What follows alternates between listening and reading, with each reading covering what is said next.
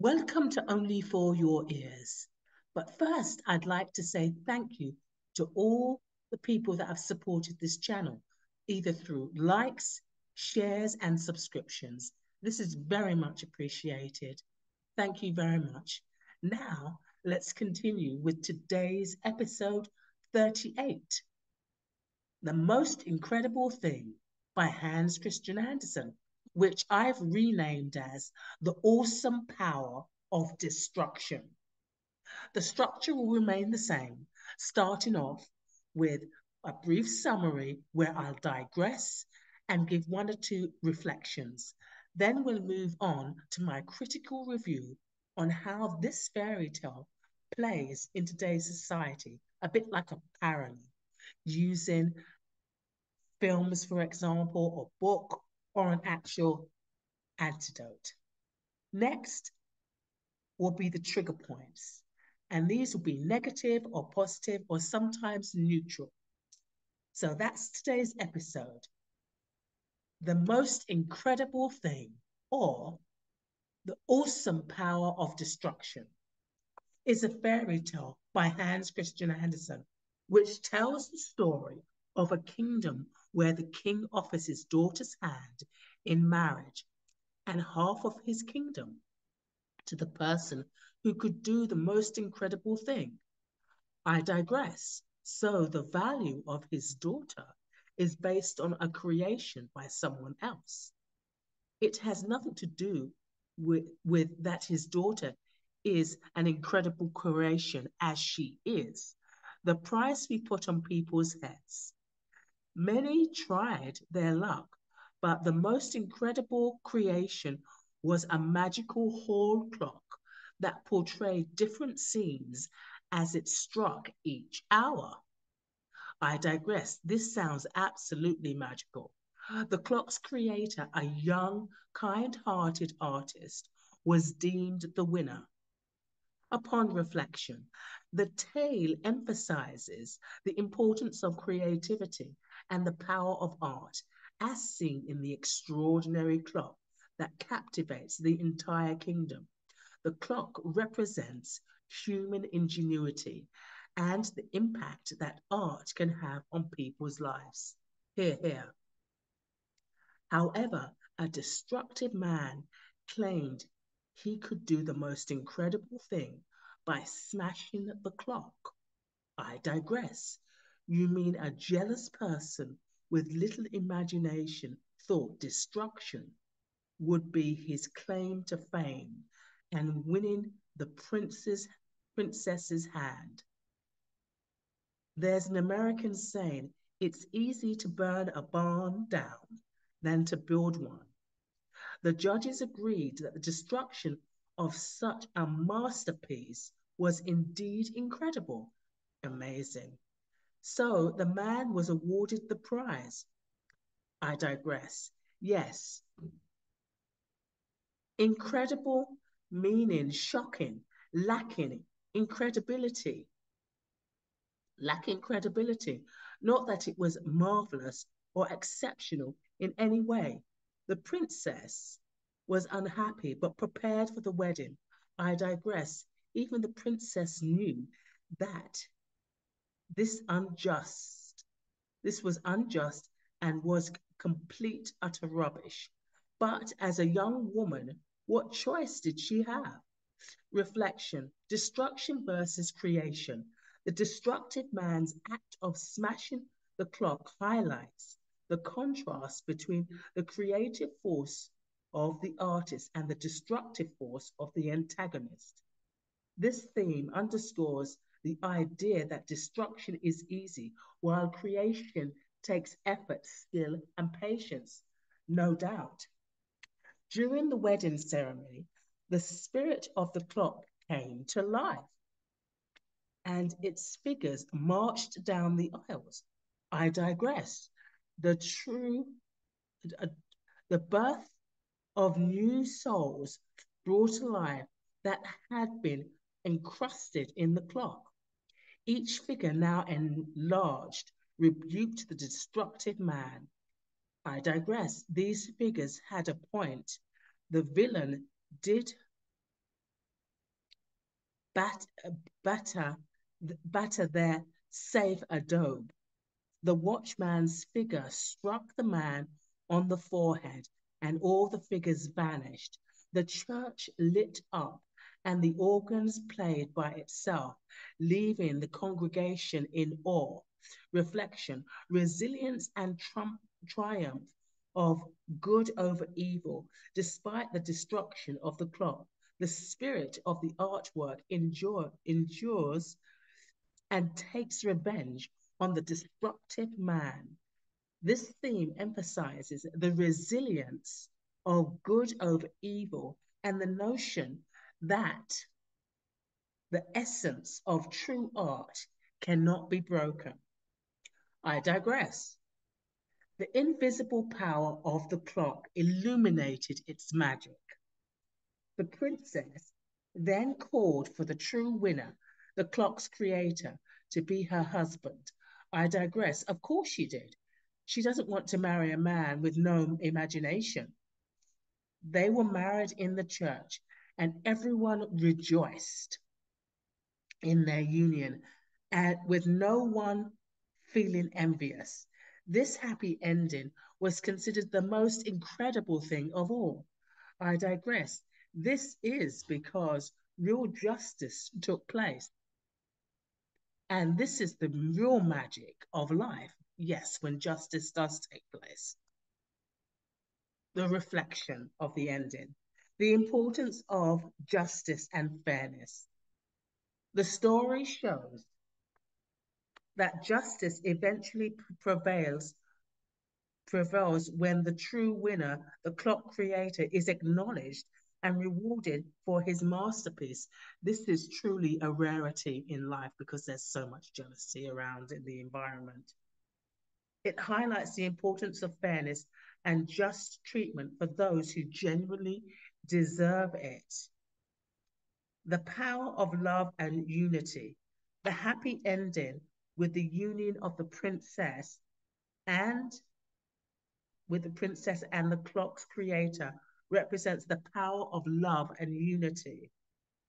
Their marriage symbolizes the harmony and the balance that can be achieved when love and goodness triumph over destruction and deceit.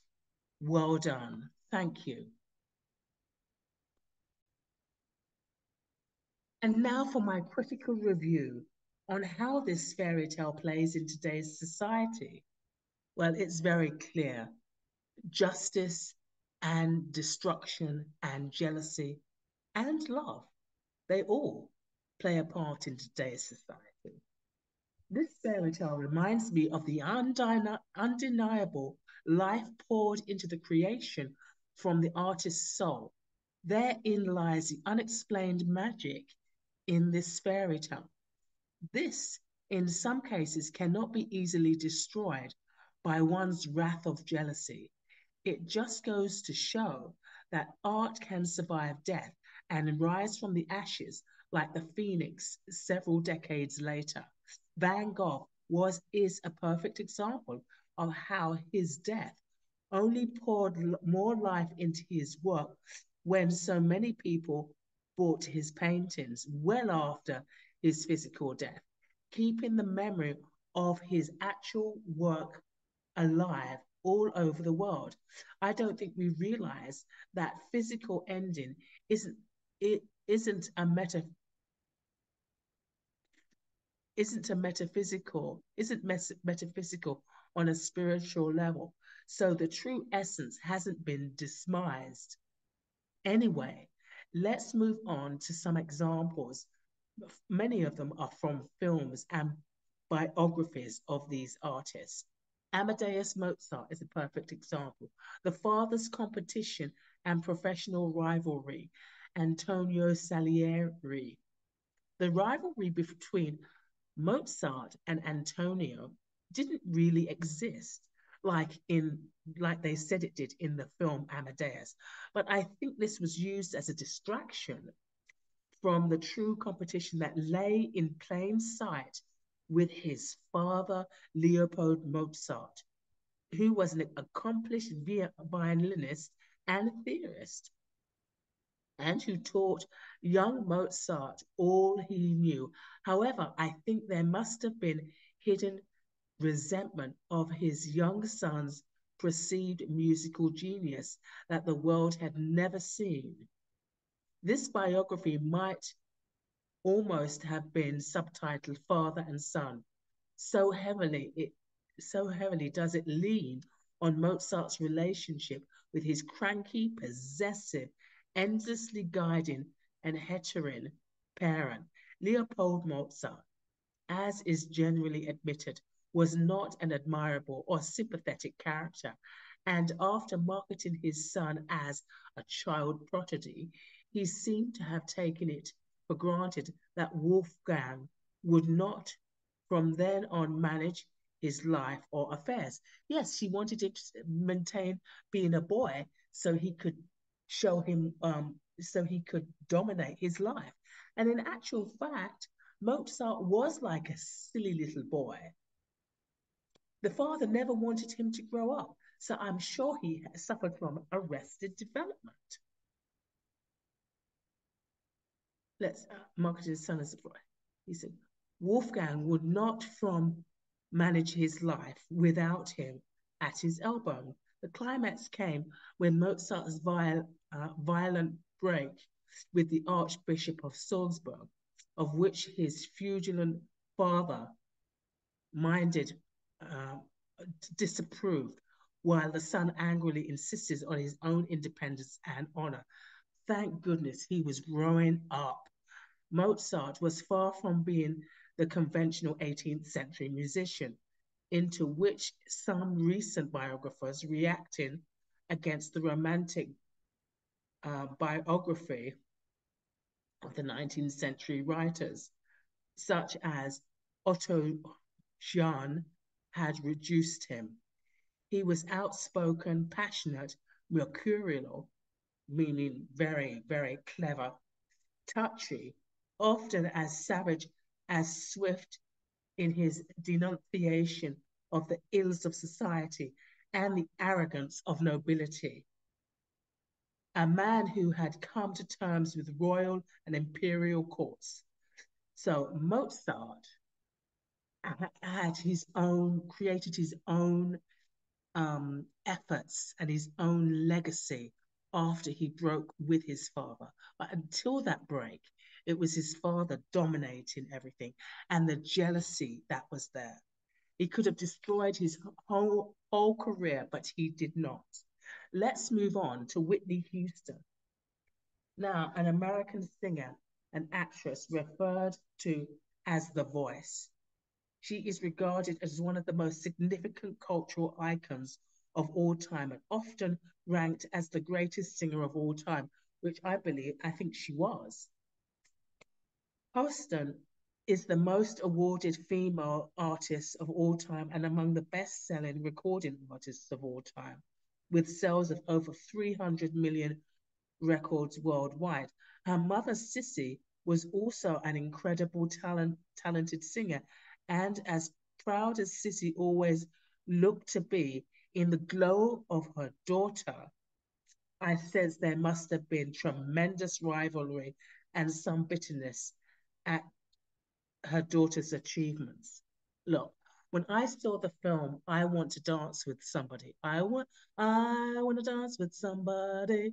I was shocked to see how her mother guarded Whitney's talent like a mother hen, like I made her, like a Svengali, as though I taught her everything.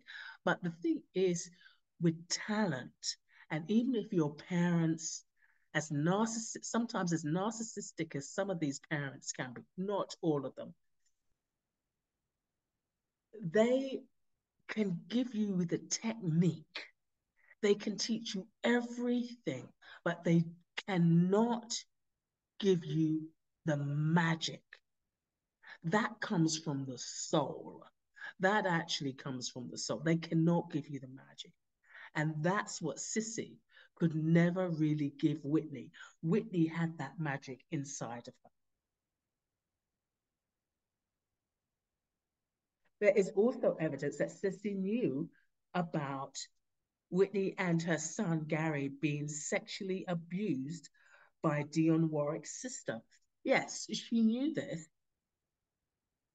and I think some of Whitney Houston's destruction, self-destruction, had to do with that she had been sexually abused, and her mother basically decided to ignore it.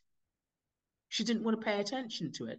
I don't want it destroying my career. You see, she saw Whitney's success as her success. So she didn't want that to destroy her career, basically. And she decided to ignore Whitney because she didn't want to have that reputation as part of her family. But unfortunately, it was a big part of her family. And Whitney Houston was known quite openly as being bisexual, which she did not approve of. But I think if she had acknowledged her daughter's trauma, maybe things would have turned out differently. Even though if you are attracted to your own sex, you're attracted to your own sex. I guess that's from birth. But that was another jealousy. You had Mozart and you had Whitney Houston, with both parents wanting to control their children's career and both being jealous of them. When you have a parent that is jealous of their own child, that isn't love at all. That's hate. Most unfortunate. And what was really telling about Whitney Houston, she was very lonely. I think she was very, very, very lonely. She'd sing herself to sleep. And I think she had a horrible time with drugs and alcohol. And I think it was the last song that she sang. She sang at the Grammys. There was a party for the Grammys the night before the actual Grammys, and she was at this place, and they asked her to sing a song, and she sang, "Yes, Jesus loves me. Yes, Jesus loves me." That's all she really wanted. She wanted love and appreciation that her mother never really gave her, and her absent father, she never felt that. So it's most unfortunate. Some of the most talented, successful artists are the ones with the most tragic backgrounds. Let's continue now. We have the next one is a Mexican. No, it's not a Mexican um, artist. It's Picasso and Mog Moggiani rivalry. Well, Picasso and I'll call him Mogdi, had never entered the competition. There was a competition in Paris. It was a very big competition. And Mogdi, the Italian painter, was very, very young, apparently, when he passed on. And so that he decided to enter this competition, believing that it is beneath true artists like themselves. But push comes to shove with the welfare of his child. He didn't want to enter this competition, but he did it simply because he had a child and he needed to pay for the child's health and clothing. So the welfare of his child on the line, and the impoverished Mogdi signs up for the competition in a drunken and drug-induced act at the center of the cafe frequented by artists, including Picasso, who is by Mogliani, his name is, signing the roster for the competition, himself induced to sign. All of Paris is aflutter with excitement at who will win. Now, these two people were never really in competition with each other when it came to being artists. I think they were in competition with each other when it came to being lovers and having different lovers. So Mogdi tackles the work of his entry with the hopes of creating a masterpiece and knows that all the artists of Paris are doing the same. Once completed, he calls his agent and dearest friend, Leopold Zibrowski, personally to take the painting to the competition and to make sure no one touches it. While his friend is taking the painting, Mogdi is in a cafe in City Hall waiting to finally obtain a marriage license. City Hall closes before he is called, but he manages to persuade the woman clerk who is shooing him out to have mercy and give him the license anyway. Because he has a beautiful daughter and another on the way, and because he is an artist, as he as is she, the last person to leave decides to celebrate with one drink. Unfortunately, his addiction and his nervousness about the competition made him drink many more. The competition was going to start at 8 o'clock. And when he realizes he's very late, he finally rushes out without paying. While drinking, he had been asked whether he had money to pay, and he had answered that he had 5,000 francs. Oh my God. The prize money, and could buy everyone in the cafe a drink. Two guys that were in the bar follow him and assault him, severely beat him under the assumption that he has a lot of money on him. Once they find that,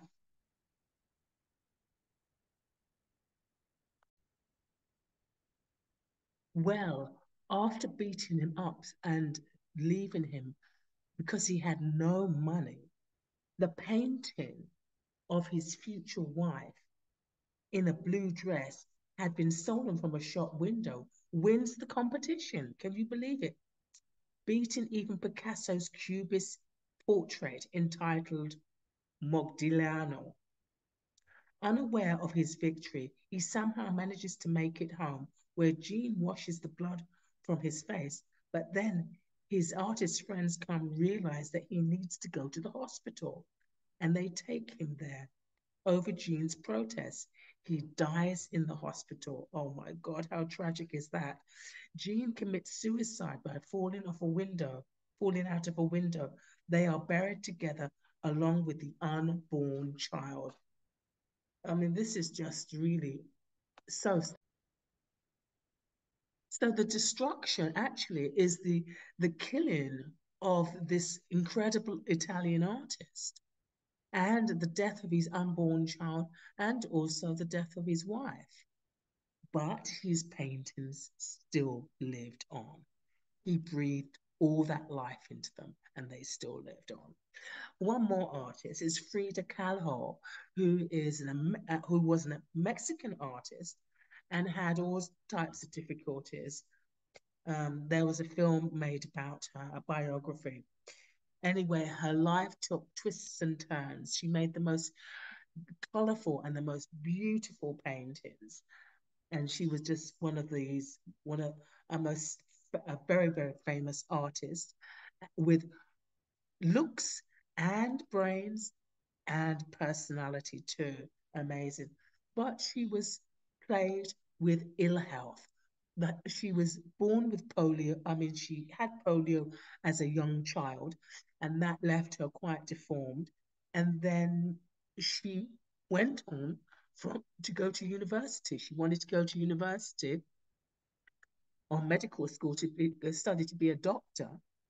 This is only natural because she had polio. She wanted to cure her own illness or heal herself. And then she was on a bus one day and it threw her and she really injured her back. And so she couldn't be a doctor anymore. So she continued to be an artist. And what was initially a destruction is something that turned her into a brilliant, brilliant artist. She turned destruction, poured her life into her paintings, and turned it into some of the most magical artistry that the world has ever seen. Now let's take a look at the trigger points. So the first trigger point that got to me, it was about justice, because justice is in this fairy tale. And talking about the civil rights, the rising from the ashes of the civil rights movement. Now, everybody felt that it was Martin Luther King was the, the core of the civil rights movement. He was the spear, but he was not the core. The people that supported the civil rights movement and the people that were leaders were the civil rights movement. It wasn't Martin Luther King. So all these people that proceed, oh, well, Martin Luther King has been assassinated. How perceived tragedy and destruction has breathed life into the civil rights movement. People just thought that, oh, well, Martin Luther King is dead, it's over. It wasn't over, it was just the beginning. People did not realize that Martin Luther King's leadership and oratory skills and his motivation and encouragement and inspiration lit fire to a tremendous power for fighting injustice. In fact, somebody I know very well who took up the mantle that Martin Luther King was assassinated for, doing labor rights. She's still alive today, and her contribution, along with her husband's contribution in the civil rights movement, and is irreplaceable. It can never be replaced. It was monumental. So out of the civil rights movement breathed incredible, incredible leaders. No, it was a rising of the phoenix from the ashes. And it has been that way for the whole time that the civil rights movement has been alive. So that was one of my trigger points. The whole idea about destruction, and even in the fairy tale, you hear that yes, there was a destruction. They destroyed this masterpiece, but new life, incredible life, breathed from this artist's work. The next one is how perceived tragedy and destruction has breathed life into artists, for example, like Martha Graham, Tina Bausch, and the Dance Theatre of Harlem. Well, Martha Graham was considered the high priestess of modern dance. And out of the company, a great many star dancers went on to create their own style of choreography, but they didn't produce the amount of individual characters that existed in Martha Graham's nest. However, when Martha passed on, the company went through a restructuring. And from what I can see from the internet, the company is still in existence today. I don't know how famous it still is, but it's still, or successful it is, but it's still in existence today. Again, talking about how just because someone dies, we think the artist's work dies with them. It doesn't necessarily happen that way. You have Pina Bausch, a German choreographer who created some of the most extraordinary work. She was a German choreographer who created the most magnificent pure dance piece the world has ever seen. And famous dancers from all over the globe would travel for miles, thousands of miles, just to see her creation, the rite of spring, the ultimate sacrifice bestowed upon one person to save the group. Before and after the epic masterpiece that has lived on and taken on a life of its own, her work was incredible. And she just recently died about 2 years ago. So her work, her legacy still lives on. Pina created great abstract pieces that defied the use of more traditional dance techniques. She worked with a lot of release and free ethereal suspension of the body. Such unique creations will never die despite the duplication of other choreographers. There will never be able to copy the true life and essence of her work. Arthur Mitchell came out of the civil rights movement. He was a New York City ballet uh, dancer who was on his way to Texas when he heard the news that Martin Luther King had been assassinated. He told his dancers, he says, I can't come with you to Texas because I'm going to go back to Harlem and I'm going to create the first black ballet company that the world has ever seen. And that's what he did with the Dance Theatre of Harlem.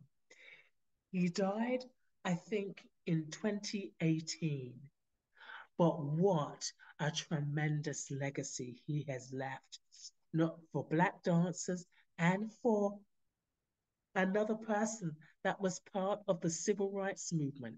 He breathed life into art and created civil rights for black dancers, for mixed dancers all over the world. And now is my story of how imagination seemed to be destroyed for an unsuccessful dance career to having multiple talents in different realms of art. Now, I had to stop dancing. I didn't have the most successful dance career, but then some people would say that's your perspective, but that isn't necessarily the truth. But what happened is that it gave life to all these other talents that I did not even know I possessed. Or I just shrugged it and said, well, it's nothing, but it's something. Even putting biscuits on a table at church, people would stand around in awe. I didn't realize I had an artistic flair when it came to putting biscuits on a table, a bit like a food stylist. And people would just say, it looks like art. This is amazing. And as far as being able to speak and give presentations, apparently I have an ability with writing. I also wanted to be a fashion designer. And I think the whole idea about creativity and creating something from nothing when you need it is a lot of where my talents come from, actually.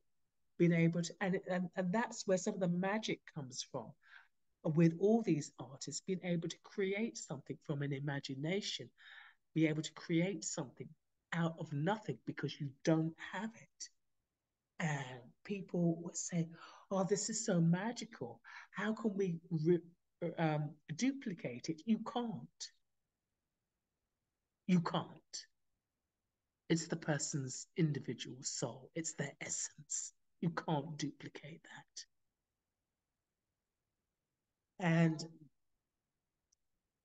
the aspect of justice in this fairy tale got to me.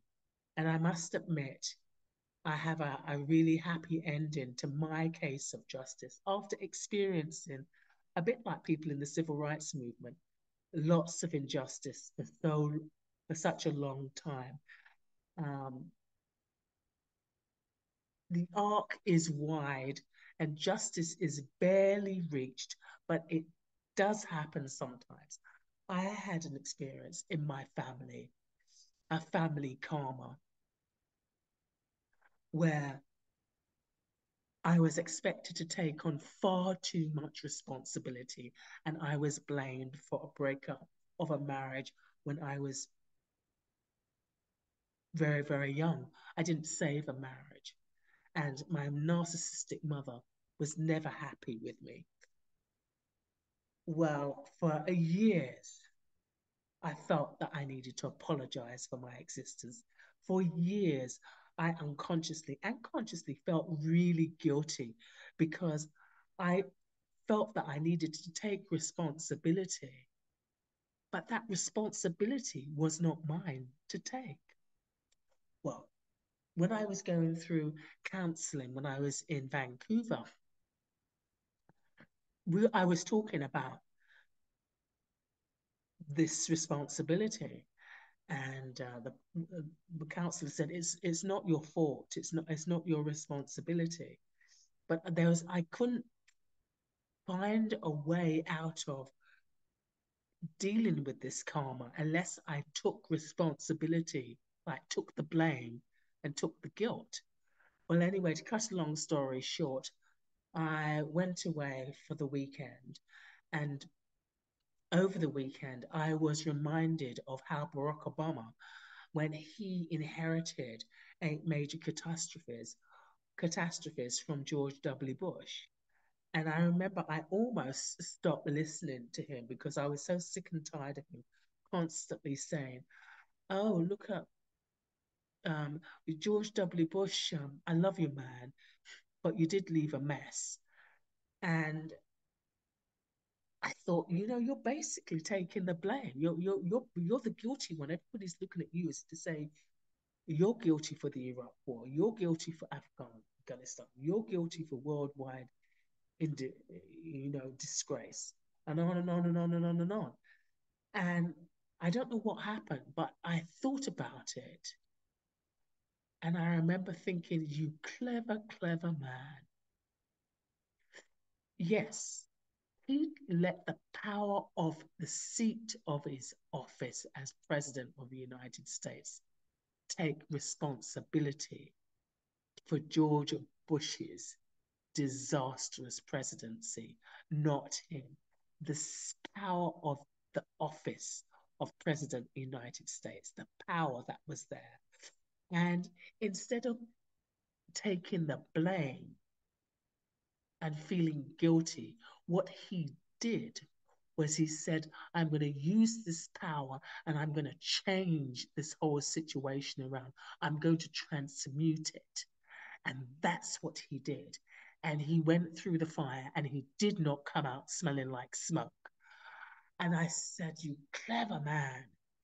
He didn't take responsibility. He didn't say, I'm the cause of it, but I'm the change agent that turned the situation around. Plus, got some really excellent things going for his country and for himself as president. So I spoke to my counselor about what had happened. And soon after that, I ended up writing a poem called Are You Willing? Are you willing to let go? Are you willing to not to take responsibility, but to change this karma that you have in your family? Are you willing? And what happened is that in this poem, my inner child, my mini me, speaks to me and she says, you can do this, Melody. We're almost there. You can really do this. So she holds my hand and she takes me through the fire. And what was interesting, just before I was leaving Canada, my counselor says to me, well, did you feel any pain when you released this situation? And I said, absolutely not. She goes, no, because you transmuted it. And there waiting for me, the end of this whole ugly karma was poetic justice. So thank you very much for listening. Thank you for your views, likes, shares, and subscriptions. Please continue, very much appreciated. And this is the end of today's episode. I'd like to leave you with my quote: healing is a lifelong blessing, gift, and lesson we give ourselves, mind, body, and soul. Healing is a lifelong lesson, blessing, and gift we give ourselves, mind, body, and soul. Goodbye for now. Take care.